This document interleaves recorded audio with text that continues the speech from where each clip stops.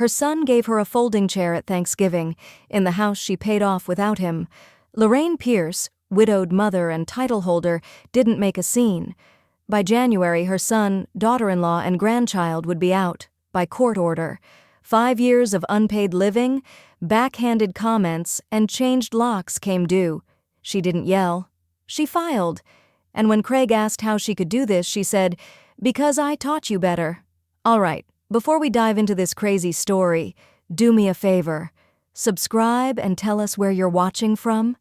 The house smelled like sage stuffing, brown sugar glaze, and something synthetic from a plug-in warmer, probably Melanie's latest obsession. Lorraine stepped through the front door without needing to knock, but it felt like she should have. Her key turned, sure, but nothing inside greeted her. No coat rack where Harold used to insist it stay. No ticking clock, just the sharp clatter of wine glasses and laughter that didn't include her. "Lorraine!" Melanie's voice floated in from the dining room. Too cheerful, too loud. "There you are." Lorraine hung her own coat on the back of a kitchen chair. The hallway was crowded with coats, but not hers. No one had thought to make space. She stepped into the dining area, heels soft against the hardwood they'd installed 22 years ago. The table stretched long and glossy beneath dangling Edison bulbs, warm light hitting every polished surface. There were 12 people already seated, Craig and Melanie at the head, their friends from the country club, Melanie's mother, who called Lorraine Laura without fail, and a handful of neighbors Lorraine didn't recognize anymore. All seated, all smiling. A chair scraped near the island, metal on tile.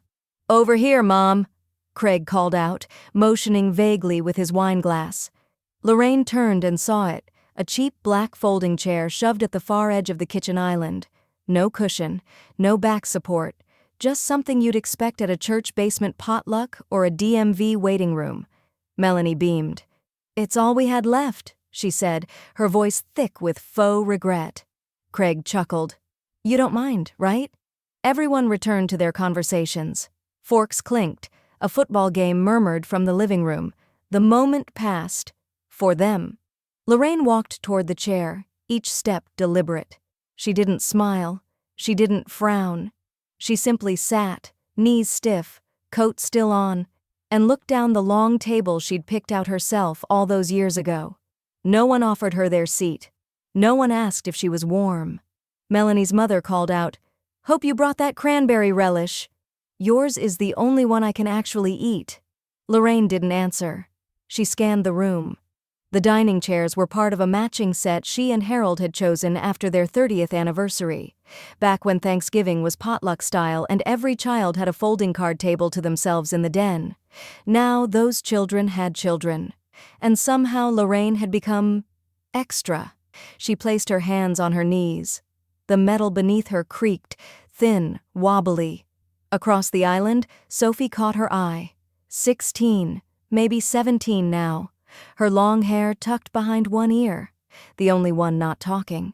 Her phone was in her lap, untouched. She gave a small, uncertain smile. Lorraine didn't return it. She just nodded.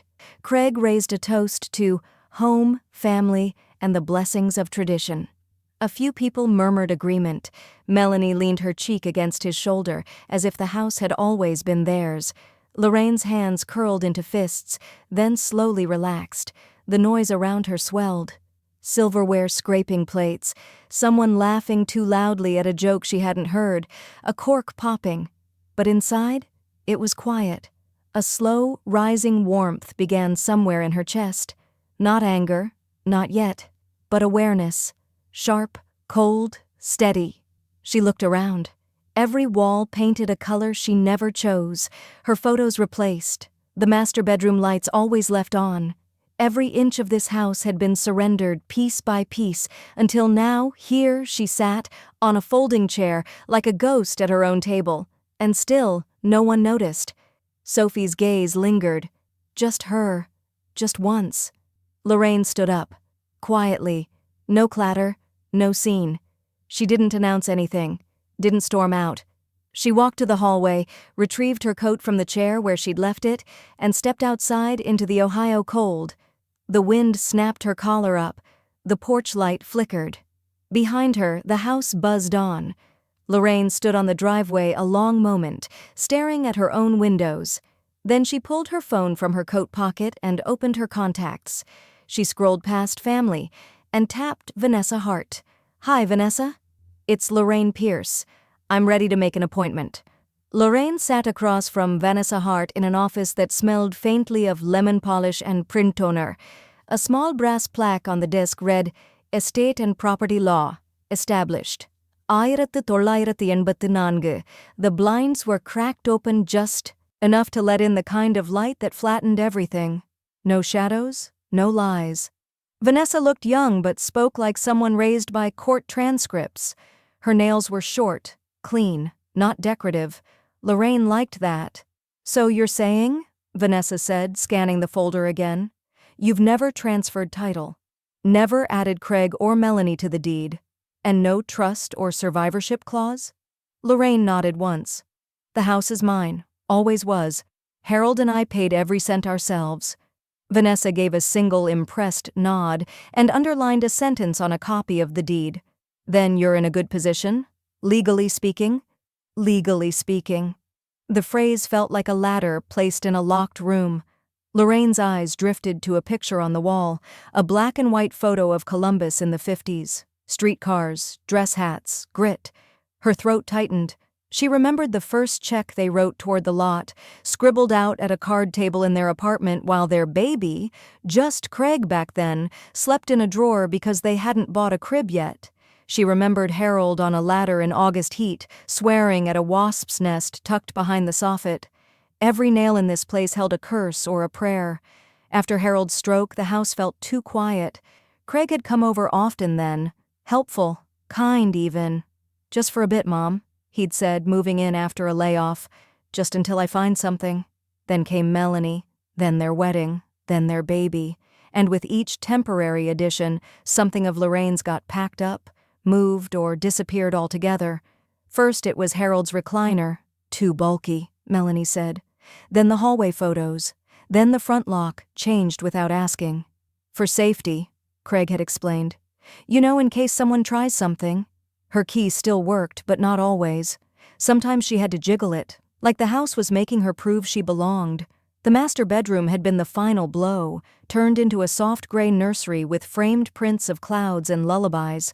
Lorraine's things had been stored, which meant stacked in the garage between pool chemicals and holiday bins. She never said no, not once, not even when they told her the kitchen backsplash had been too dated, so they'd redone it, without telling her. But now, the kitchen gleamed with someone else's taste, and Lorraine had eaten Thanksgiving dinner on a chair that folded like shame. Never again. Vanessa pushed a document toward her. "This confirms sole ownership. No liens, no shared title. You have the legal right to evict them, but there are steps we'll need to follow. Quietly, if you want to avoid escalation." Lorraine traced a finger along the edge of the paper. It wasn't her style to escalate, but she wasn't going to be erased either. Vanessa continued, "They're not tenants in the legal sense, more like occupants with permission. That permission can be revoked." "Good," Lorraine said. The word came out flat, clear. Vanessa made a few notes. "I'll start the paperwork. You'll need to sign a few things next week, but the sooner we act, the cleaner this will be." Lorraine stood slowly. Her bones ached a bit in the cold, but there was new strength in her spine. At the door, Vanessa added, "You okay driving in this weather?"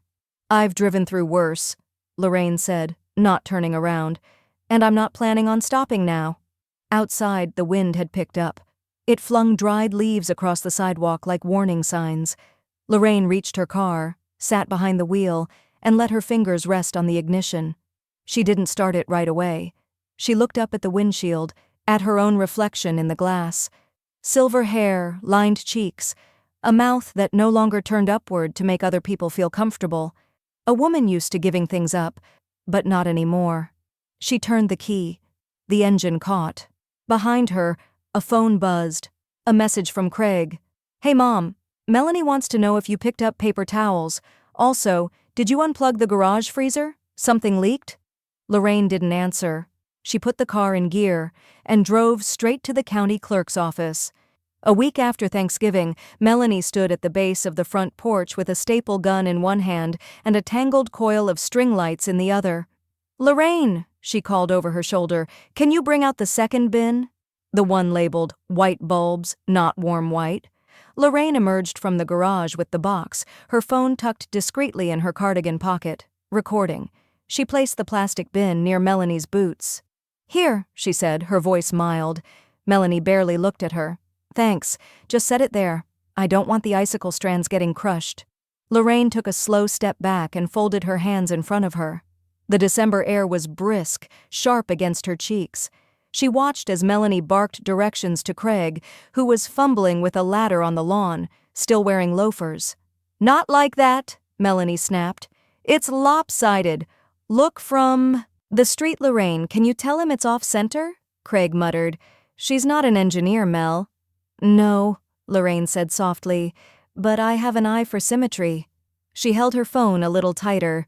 That night, after Melanie and Craig retired to their bedroom, once hers, Lorraine sat in the quiet of the living room, laptop open, headphones in, eyes focused. Vanessa had emailed over the first draft of the 30-day eviction notice. Subject line, "For review." Time sensitive. Lorraine read every line twice, then again. The language was simple, cold, and legally airtight.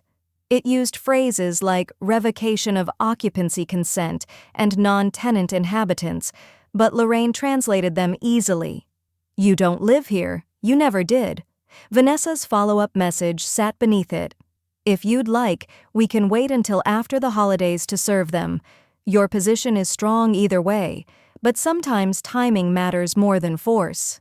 Let me know how you want to proceed." Lorraine glanced at the mantel. Stockings, 4 of them, monogrammed in glitter. Craig, Melanie, Sophie, and baby Nico. There was no Lorraine. She clicked reply. "Wait until after the holidays, but prepare everything." She hit send. The next afternoon, Sophie found her standing in the doorway of the living room, arms crossed, eyes distant. "Grandma?" Sophie's voice was gentle. "You okay?" Lorraine turned slowly. "I'm fine, sweetheart." Sophie motioned toward the tree, white lights now perfectly spaced thanks to Melanie's obsessiveness, and ornaments curated to match a Pinterest board. "Why don't you sit by the tree? You love the lights." Lorraine smiled, but it didn't quite reach her eyes. "Because I'm about to move mountains," she said. Sophie tilted her head, trying to read her face. "What does that mean?" But Lorraine just reached over, brushed a strand of hair behind Sophie's ear, and said, "It means you should never mistake silence for surrender." Later that evening, Melanie handed Lorraine a clipboard with a grocery list scribbled in thick black ink. "Could you pick these up tomorrow?" "I'd go, but Nico's got that rash again, and Craig's slammed with work." Lorraine scanned the list. Over 20 items. Specific brands. A note in the corner read, "No substitutions. Remember last time." She took the clipboard without a word, then walked into her room, shut the door, and set the list on the dresser beside her birth certificate, deed copy, and a new folder labeled Heart Law Group. She sat down, opened her voice memo app, and labeled a new file. December documentation. Her voice was calm. December 7th, Melanie requested groceries again. No offer to reimburse. Tone condescending. Language included. Remember last time. She saved the file. The phone buzzed. A group text from Craig. "Mel and I are thinking of doing a New Year's party here, family only. You good to help with cleanup after?" Lorraine didn't reply. She turned off the lights, closed her bedroom door, and lay in bed staring at the ceiling, where a faint crack ran diagonally from the corner of the room to just above her headboard. The house was settling, they used to say, but Lorraine knew better. It was bracing. The doorbell rang 3 times before Craig finally bounded down the stairs, still tugging at the sleeves of his cashmere sweater. "Babe!" he shouted toward the kitchen. "Did we get enough Prosecco?" Melanie's voice called back, crisp and commanding. "Check the bar cart, and move the coats off the guest bed. Someone's bringing a +1. Lorraine sat in the corner of the living room in the high-backed armchair they never offered her during family nights. Tonight it was available.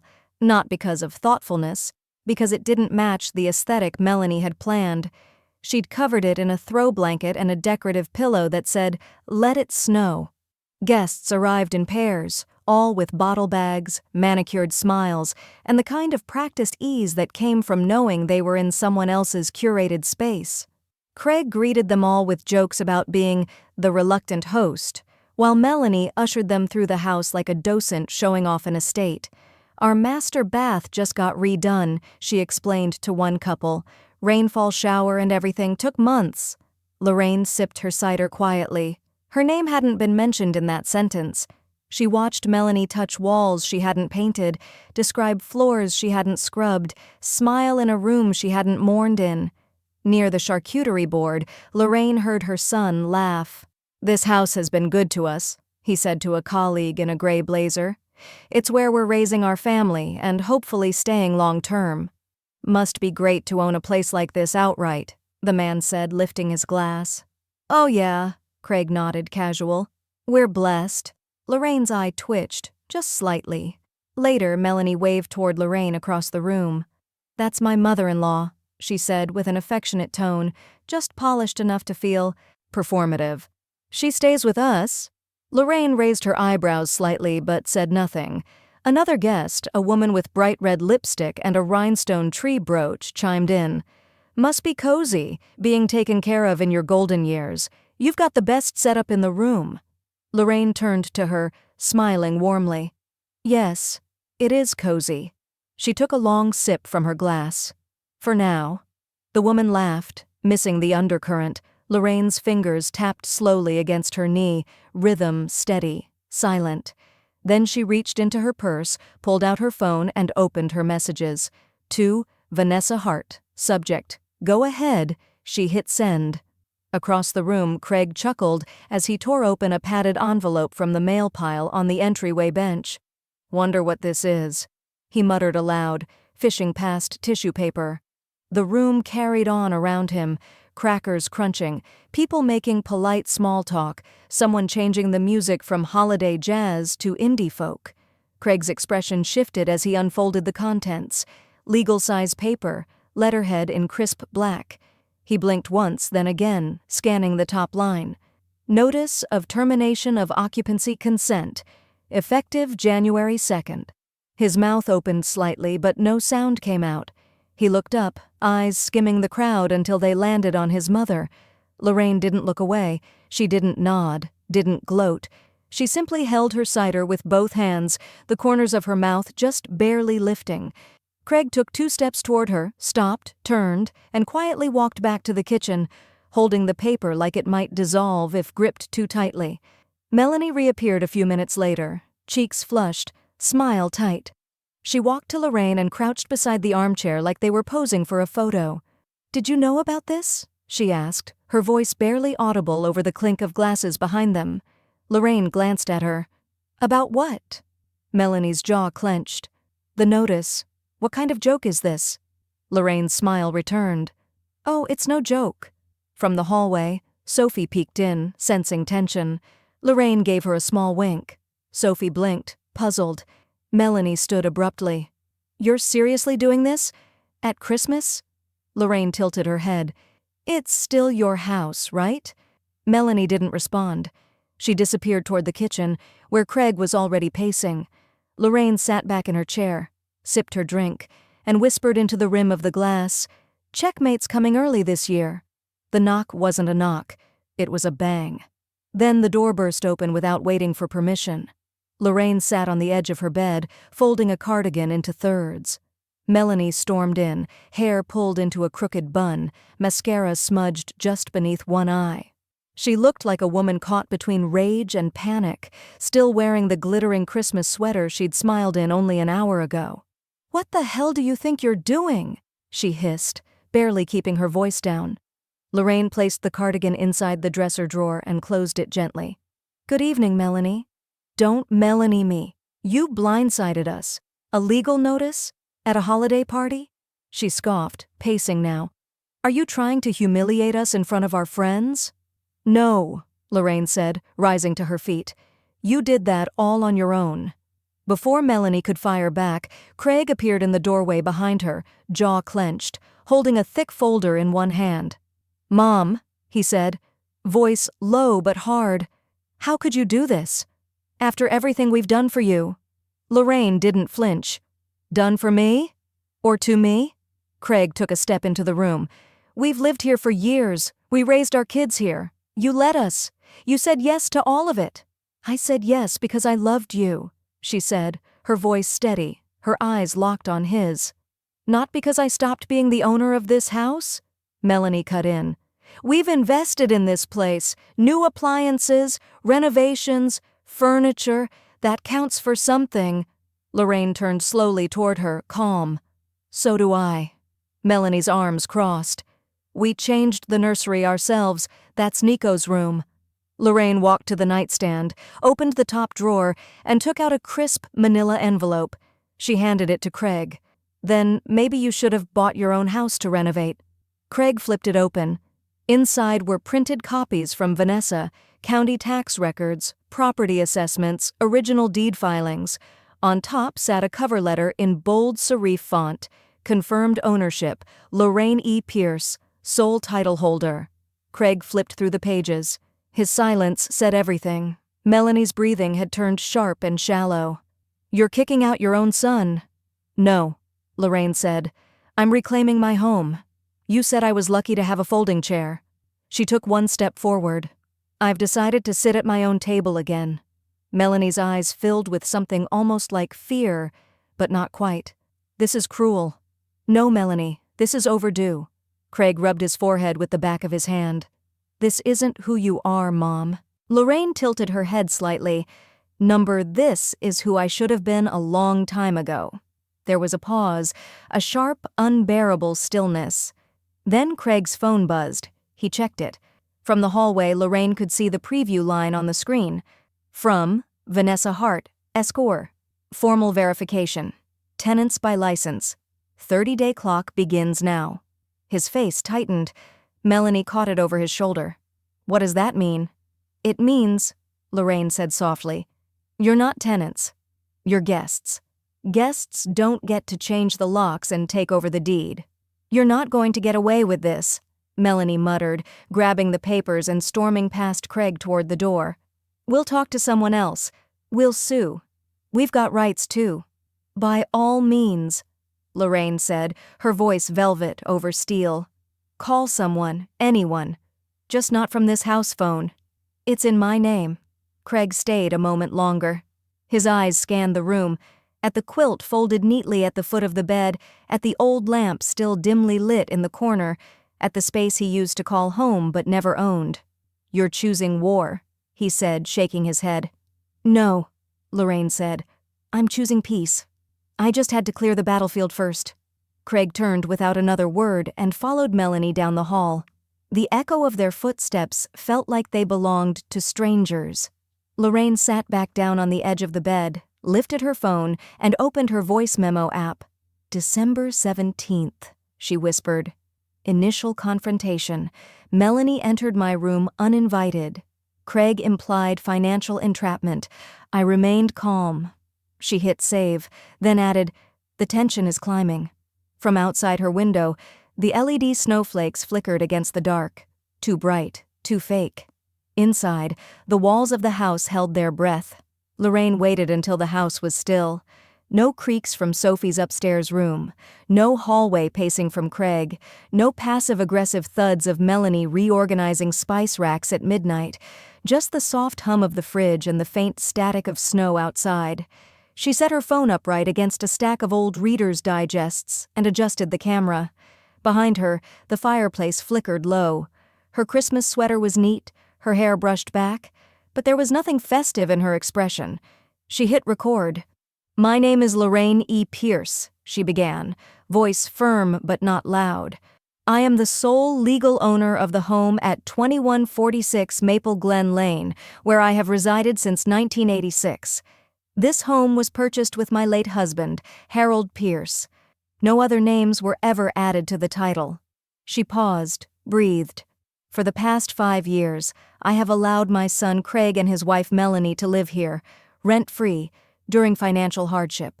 That arrangement has become a pattern of manipulation, intimidation, and quiet erasure. She looked into the lens. Her eyes didn't waver. I have remained silent long enough. This is not vengeance. It is reclamation. The silence afterward felt sacred, like the pause between thunder and its echo. Lorraine reached forward and stopped the recording. "Grandma?" Sophie stood in the doorway, her voice careful not to startle. She wore flannel pajama pants and a sweatshirt with Midwest Robotics Invitational peeling across the chest. "You okay?" she asked, stepping in. "I'm fine," Lorraine said. "Just working on something." Sophie glanced at the phone. "Want help with editing?" Lorraine smiled gently. "You know how?" Sophie shrugged. "I run our club's social channel. I've cut together worse footage than this." Lorraine hesitated, then handed it over. "Keep it private, just in case." Sophie nodded, already loading the file onto her laptop. "I'll drop it to a cloud folder. Password protected. You want a backup on a drive too?" Lorraine gave a small chuckle. "You sound like Vanessa." Sophie looked up. "That lawyer? She's cool. Ruthless, but cool." Lorraine leaned over, kissed the top of Sophie's head. "Runs in the family." By morning, the storm had gone digital. Vanessa's email came first. Saw Melanie's Facebook post. "Some people forget who helped them survive. Christmas eviction? Real classy. Cease and desist drafted. Sending now." Attached was a PDF stamped Notice of Defamation Risk. Lorraine opened her own Facebook app. She didn't comment, just watched. Within minutes, Melanie's post disappeared. By noon, her Instagram story was gone too, but Craig retaliated more quietly. Lorraine's phone dinged with an alert. "Chase online banking. Account access attempted from new device." She froze. Harold's joint savings, the one she hadn't touched in a year, still listed Craig as secondary. She called the bank. 37 minutes on hold, but when the customer service rep finally came on, Lorraine's voice didn't tremble once. "Yes, I'd like to remove an authorized user," she said, permanently. The next morning, she drove to the branch herself, wore her Sunday coat, lipstick, the pearl earrings Harold bought her for their 25th anniversary. The manager met with her personally. Lorraine handed over the notarized forms Vanessa had sent. "You're absolutely within your rights, Ms. Pierce," he said after reviewing the documents. "Craig Pierce will no longer have access." She nodded. "Good. I want new cards and a reset on all pins." As she signed the final form, she noticed a framed poster behind the desk. "Financial strength is peace of mind."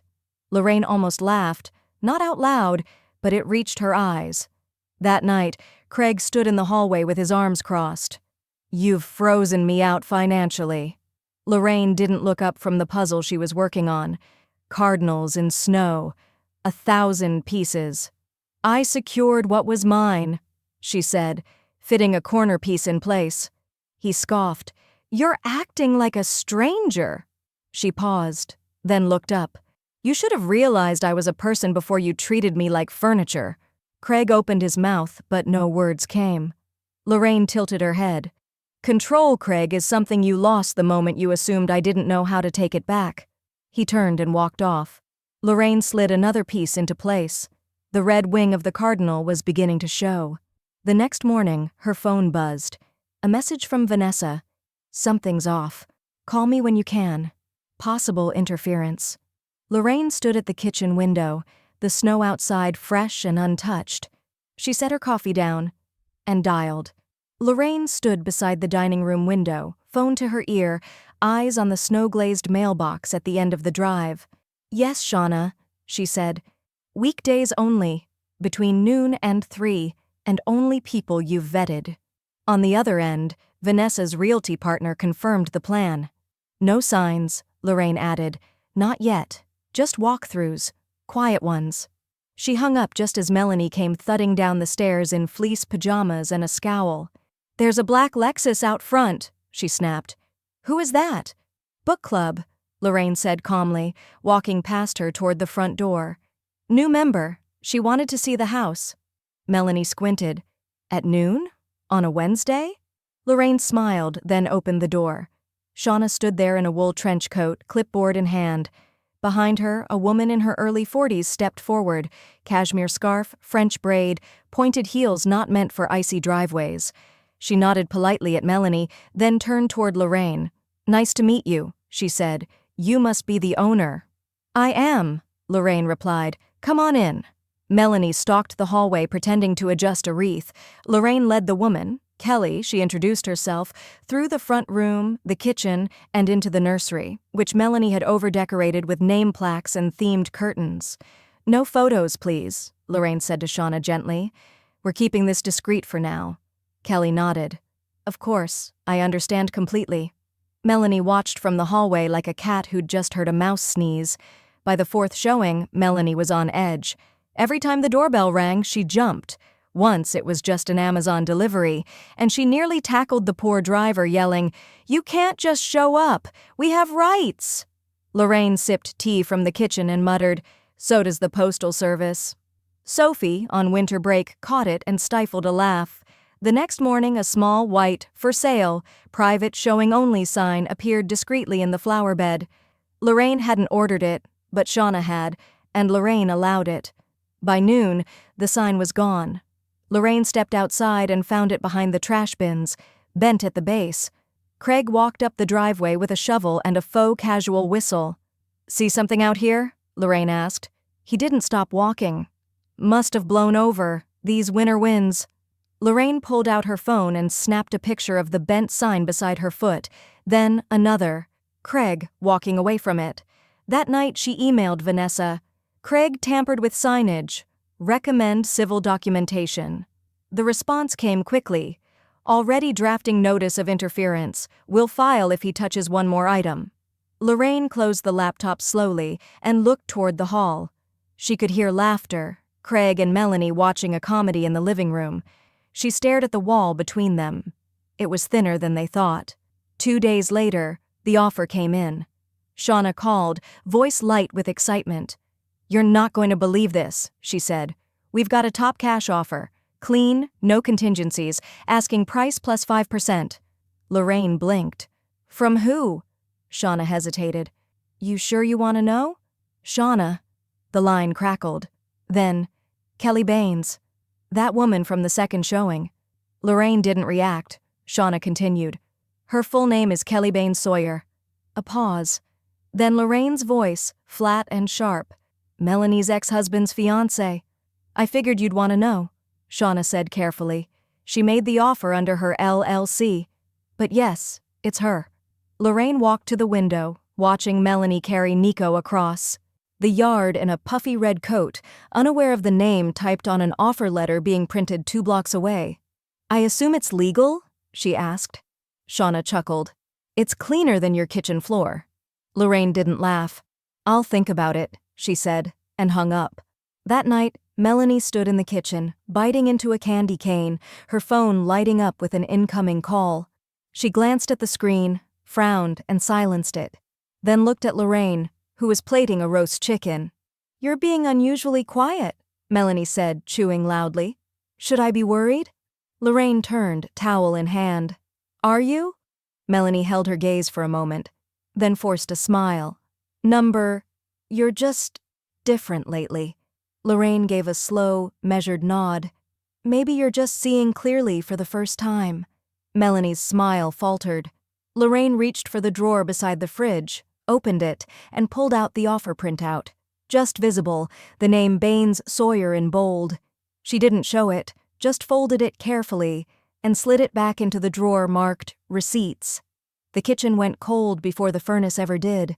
No dinners simmering on the stove, no cinnamon rolls on Sundays. The fridge, once full of Melanie's neatly labeled leftovers, was now a graveyard of condiments and expired oat milk. It wasn't subtle, it was strategy.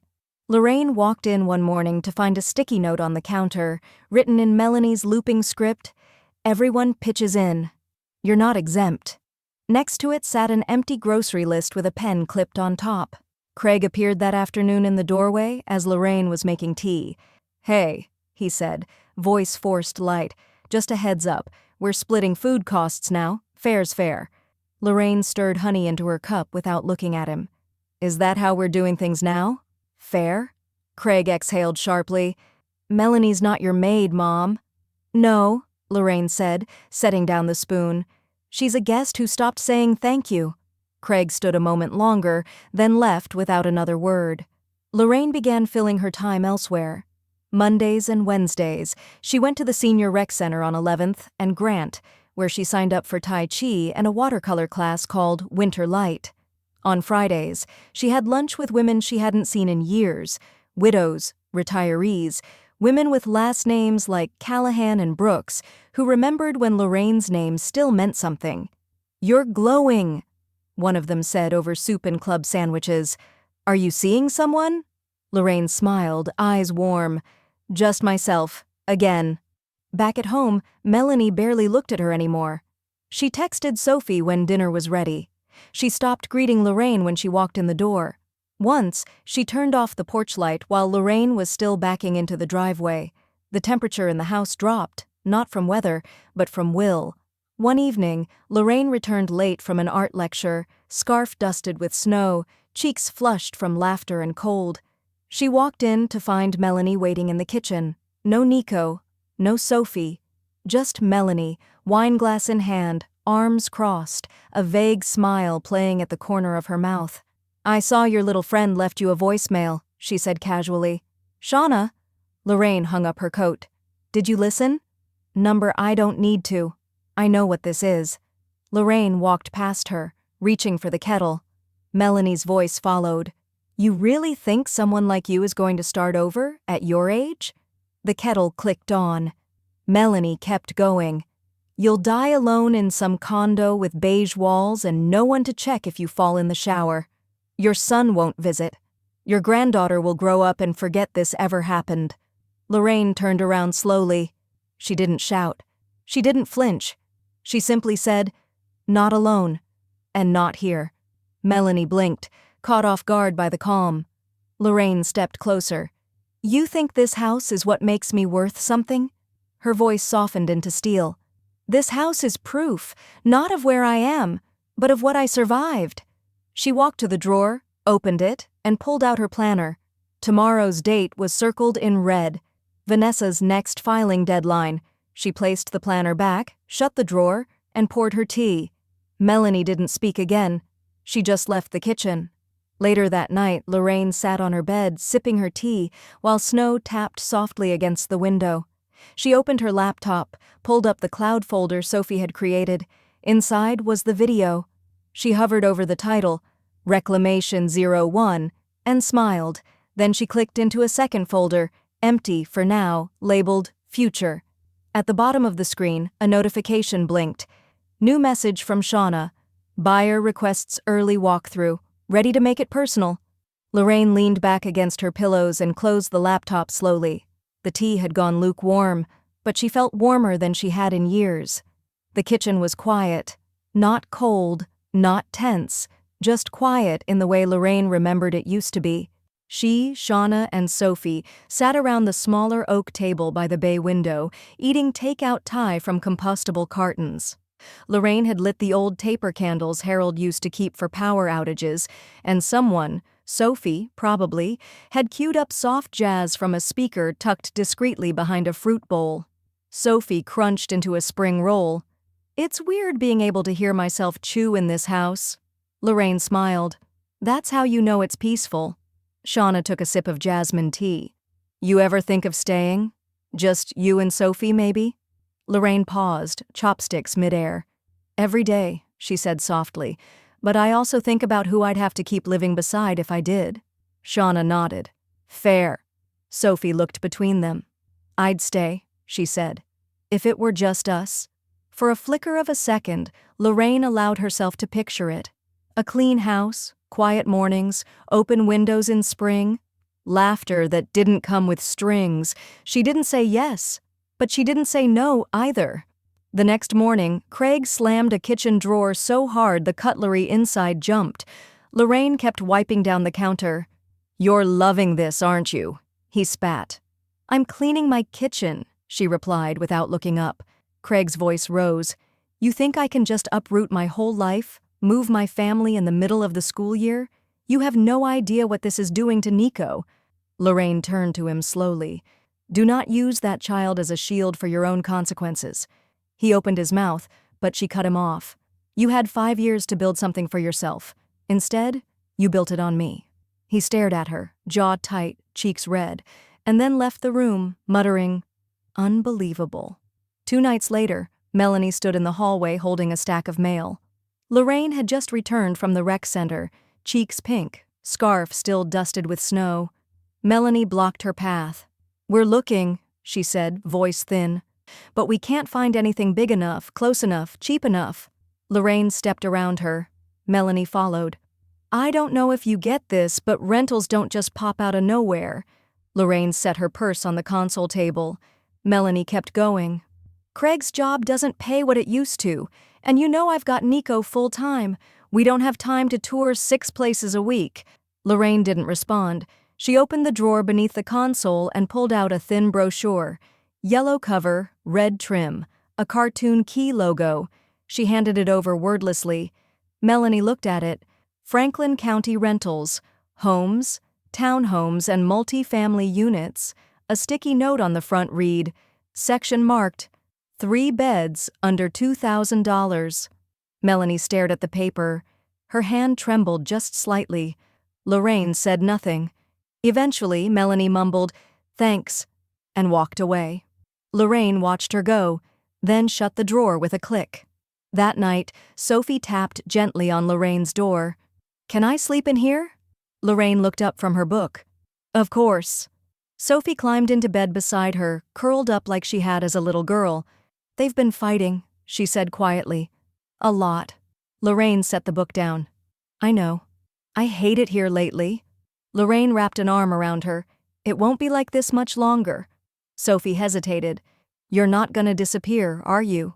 Lorraine kissed her forehead. "No, sweetheart, I'm not disappearing. I'm becoming visible again."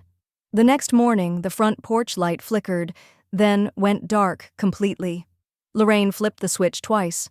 Nothing. Craig passed behind her in the hallway. "Breaker's acting up," he muttered.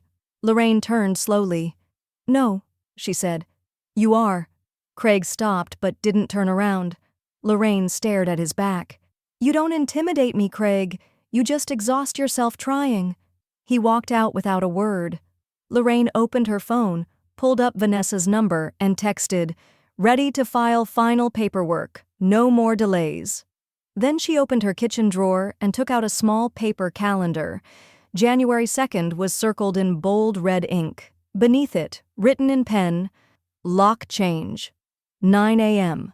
She placed the calendar face up on the counter. A clock ticked softly in the background. The countdown had begun. Lorraine found the folder while searching for warranty documents. She was in the office, formerly Harold's den, now Melanie's home planning space, pulling open drawers Craig had claimed were just utility stuff. Most of the files were junk, expired appliance receipts, kid art, tax prep letters still sealed. But the yellow envelope at the back of the bottom drawer was different, heavier, labeled in Craig's handwriting, "Healthcare, family, do not discard." Lorraine opened it. Inside, a copy of her old power of attorney form, signed, notarized, but altered. Craig's name had been typed in under primary contact. Harold's had originally been there. In the margins, she spotted faint correction fluid. Underneath it, in Harold's blocky writing, was her name, Lorraine Pierce, as the intended contact. There was more, a form filed with Franklin Memorial Hospital listing Craig as her sole medical proxy. Another one, even more recent, removed her name entirely from emergency contact sheets for Nico's pediatrician. The year stamped on the top, 2021. 2 years ago. Lorraine stood in place for a long time. Her hands trembled, not from fear, but fury so cold it hummed. Then she picked up her phone and called Vanessa. Vanessa listened in silence as Lorraine explained. "Send me scans," she said. "All of it. I'll loop in our fraud counsel." "Do we have a case?" Lorraine asked. Vanessa's voice sharpened. "If these documents were used to misrepresent your consent or to bypass your legal role as next of kin, we have more than a case. We have grounds for petition and escalation." Lorraine stared at the paper in her hands. "I want to proceed," she said. Vanessa didn't ask if she was sure. That night, Melanie found Sophie in the upstairs hallway, unplugging her charger from the wall. "Hey," Melanie said, overly bright. "Got a minute?" Sophie shrugged, wary. "What's up?" Melanie glanced around. "Your grandma's being extreme. She won't listen to reason. I'm worried she's making a mistake. Can you talk to her?"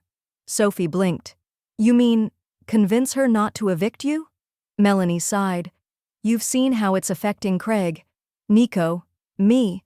She listens to you." Sophie stared at her for a long moment. "I think that's the problem," she said softly. "She has been listening. For too long." Melanie's smile cracked. Sophie slipped her earbuds in and walked past her without another word. Downstairs, Lorraine had just finished uploading the files to a new shared drive marked Legal Evidence, Heart Team. She sat back in her chair, breathing deeply. Her house was silent again, but no longer in mourning, in preparation. Later that evening, she passed Craig in the hallway.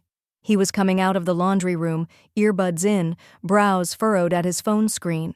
She glanced down as she passed and caught the preview of an email subject, Hospital Authorization Query, Franklin Memorial Legal Team. He noticed her looking. "What?" he said, defensive already. Lorraine paused.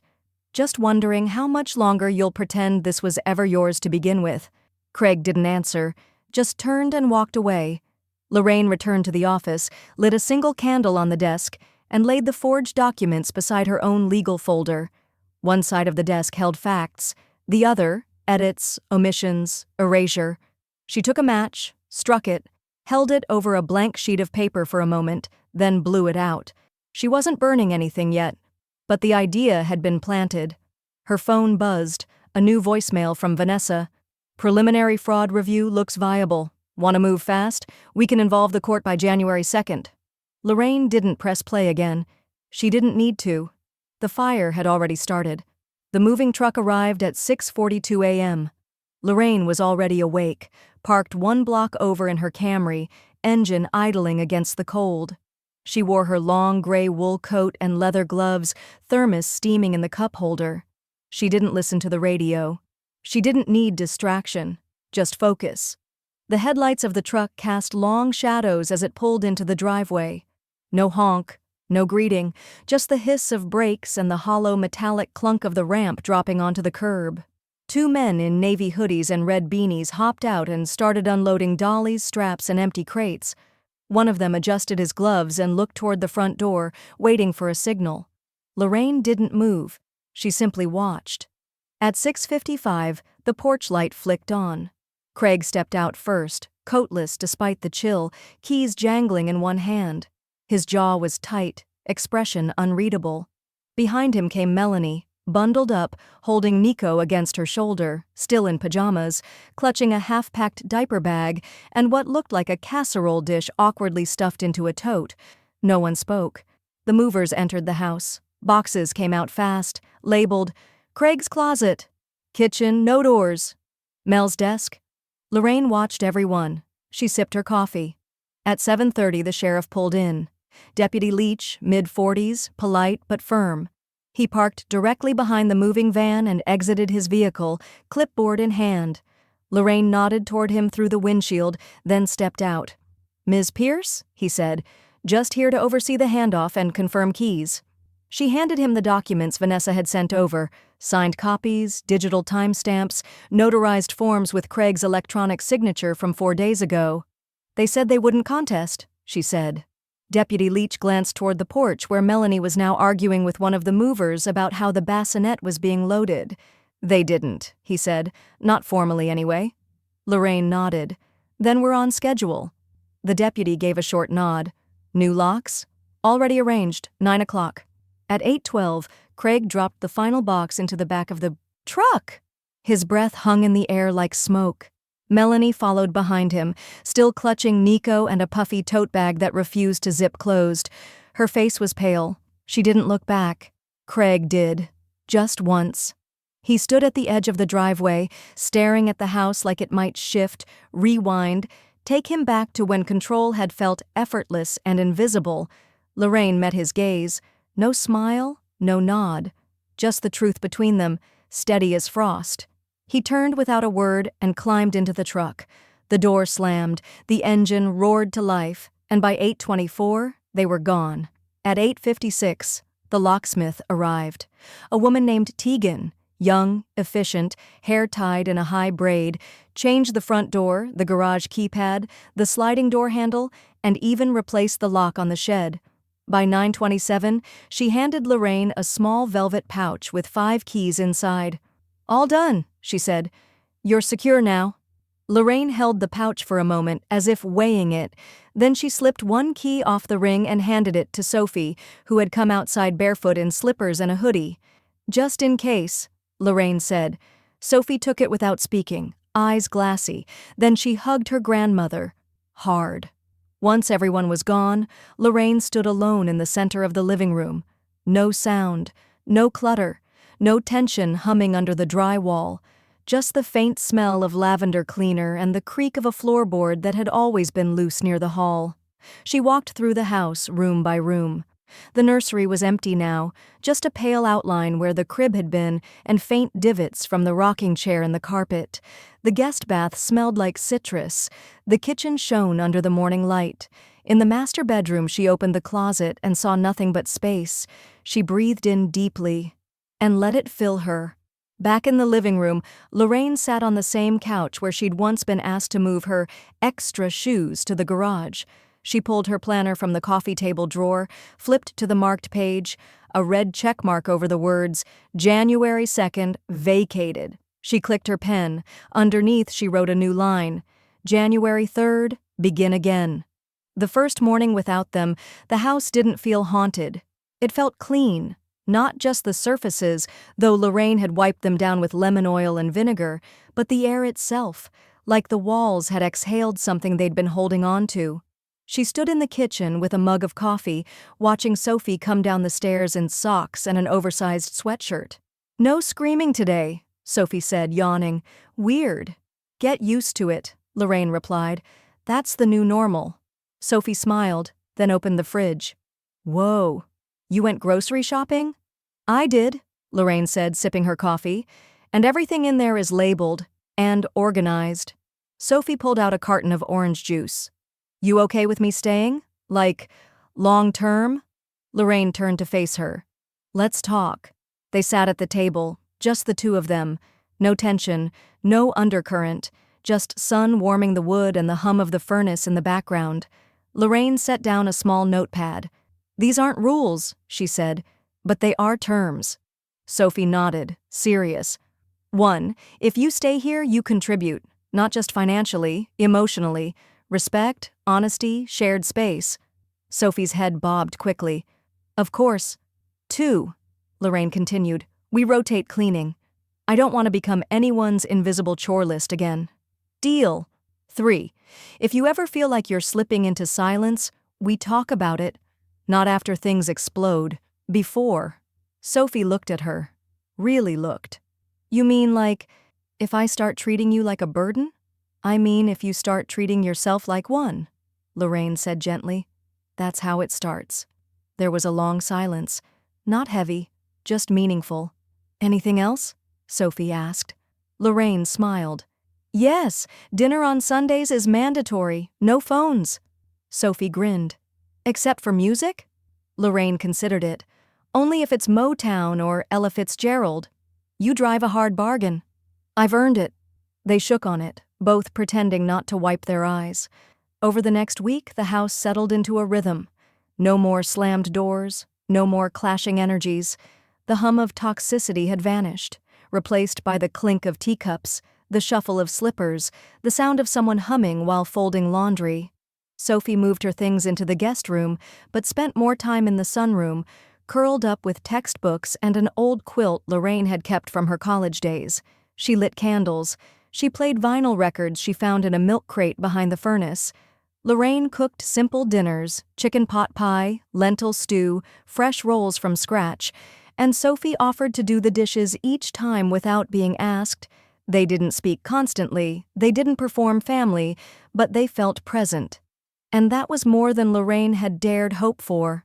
On a Thursday evening, Lorraine found a note taped to the bathroom mirror in Sophie's handwriting. This place finally feels like somewhere people love each other without pretending. She stood there for a while, staring at the words, toothbrush in hand. Then she smiled, wide, full, and unguarded. The next morning, Lorraine opened her planner and drew a green check mark next to Set House Terms. Below it, she wrote in soft pencil, "Learn how to live in peace, not just survive." The doorbell rang. She looked out the front window. A man in khakis and a navy peacoat stood on the porch with a stack of folders tucked under his arm. No logo on the papers, just a clip and a blank envelope. Lorraine opened the door slowly. He smiled faintly. "Are you Lorraine Pierce?" "I am." He extended the folder. "This is for you, from your son." She hesitated, then took it. The envelope on top had only one word, handwritten in blue ink. Closure. The invitations were handwritten, not printed. Lorraine had insisted. Cream-colored cardstock with green ink, each one tucked into an envelope and hand-delivered to 10 homes within 3 blocks. "Please join me for an open house celebration. Not for sale, but for closure. Light refreshments. Come as you are." She scheduled it for a Saturday. No fanfare, no decorations, just lemon bars on the table, coffee on warmers, and a playlist of Marvin Gaye and Bill Withers humming through the old speakers Harold had wired himself. Neighbors arrived slowly, politely. Mrs. Hill from next door brought a pie. Mr. and Mrs. Penfield from across the street offered a poinsettia and a too loud, "Good for you, Lorraine." A retired couple Lorraine barely knew gave her a long hug and whispered, "We always knew something wasn't right." She received each with warmth, if not warmth plus. There were no folding chairs. Every seat was sturdy. Every face she welcomed knew her name. Sophie floated between rooms with a clipboard, checking off refreshments, glancing at refilled trays. She looked like she'd done it 100 times before. Lorraine watched her from the archway, a pang of pride that reached deeper than words. "This is a different kind of open house," one neighbor quipped. Lorraine smiled. "It's not about who's coming in. It's about who's no longer taking up space." They laughed, but the truth underneath didn't feel bitter. It felt clean. It was nearly noon when the door opened again. Lorraine turned from the kitchen just in time to see the woman walk in, confident, groomed, in a cashmere coat with suede boots and a sleek black purse clutched under her arm. She looked like she expected to own whatever room she entered. Until her eyes landed on Sophie. She froze. Sophie, holding a stack of napkins, froze too. Lorraine didn't blink. Kelly Baines Sawyer, Melanie's ex-husband's fiancée, recovered quickly. She offered a vague, polite smile. "Afternoon," she said. "I heard there was a walkthrough today?" Lorraine stepped between her and Sophie in one seamless, practiced move. "No listings here," she said, her voice calm but flint hard. "This home is no longer accepting offers, especially not from families who already fractured one of my own." Kelly blinked, registering the full weight of what was being said. "I'm not here to cause trouble," she said.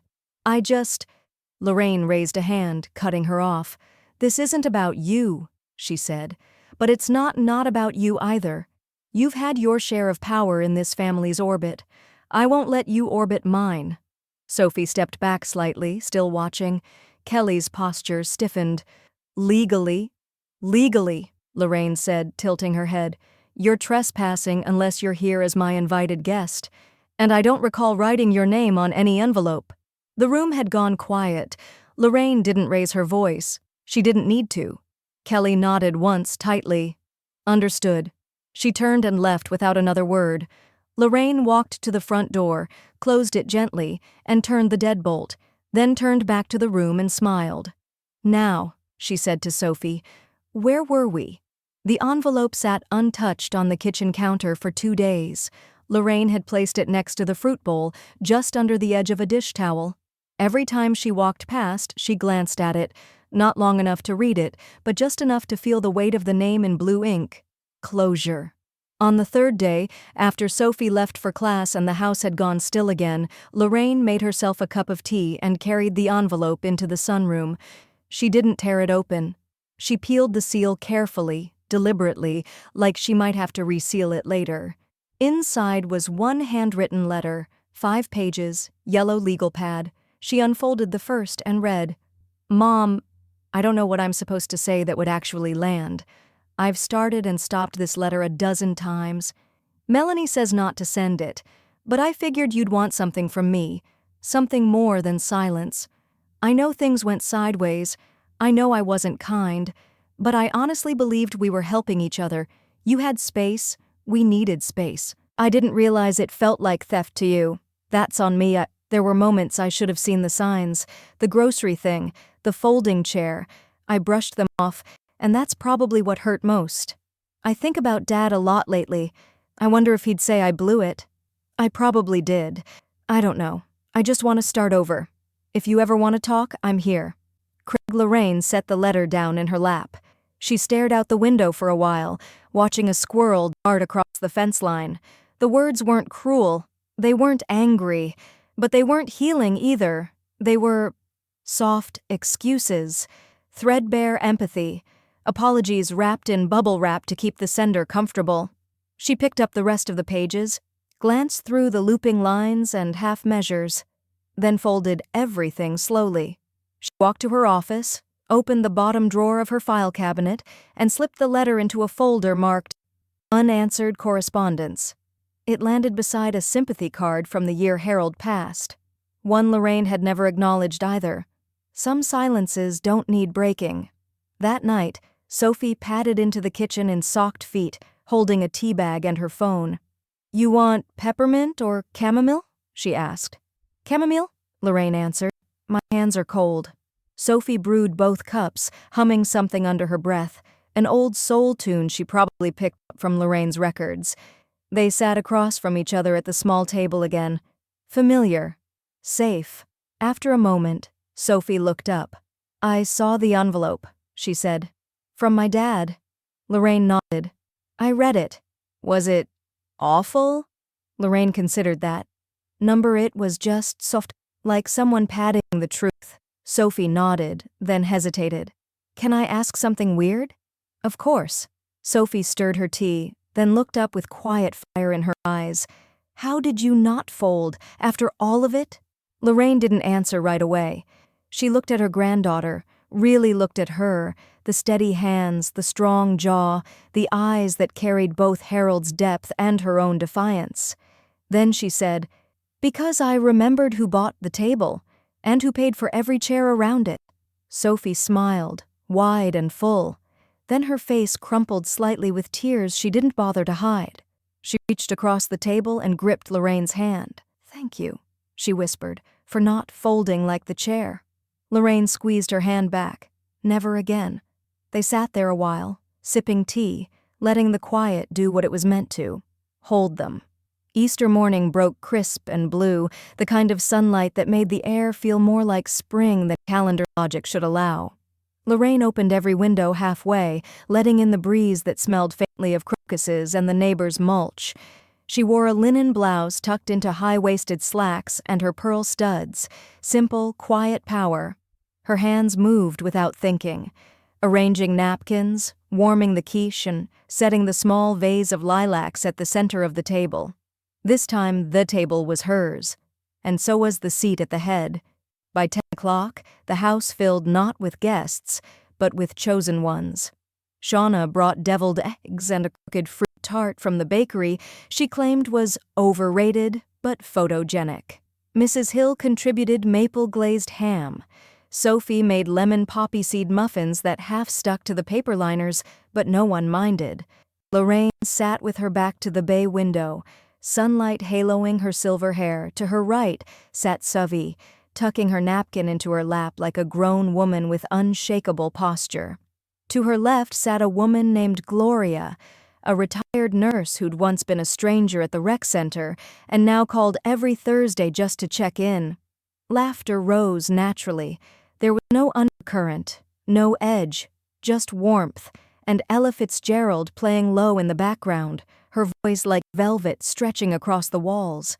At one point, Sophie and Shauna stood in the kitchen swaying to cheek, giggling over something too small to explain. Lorraine leaned back in her chair, watching them, fingers wrapped around her teacup. There had been years when this kind of joy would have made her nervous, suspicious even. Now it simply felt earned.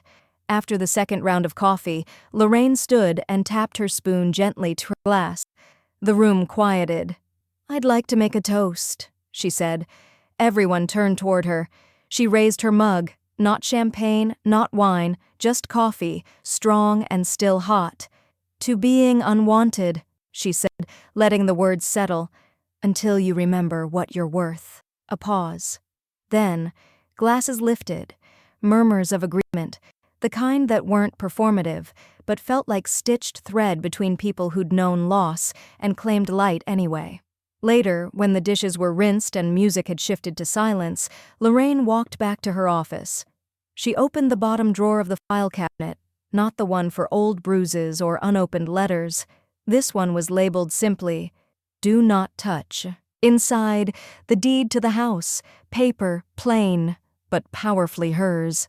She closed the drawer without looking at it too long. She didn't need to. Everything that mattered was already happening outside that door. Music fading, someone laughing, the hum of new life finally rooted. Sophie peeked her head in. "Hey," she said. "You coming back out?" "In a minute," Lorraine replied. She turned her face toward the window, watched the branches shift in the wind, then whispered the words she had been waiting to say for far too long. "I was never lucky to stay." A pause. "I was smart enough to leave, on my terms."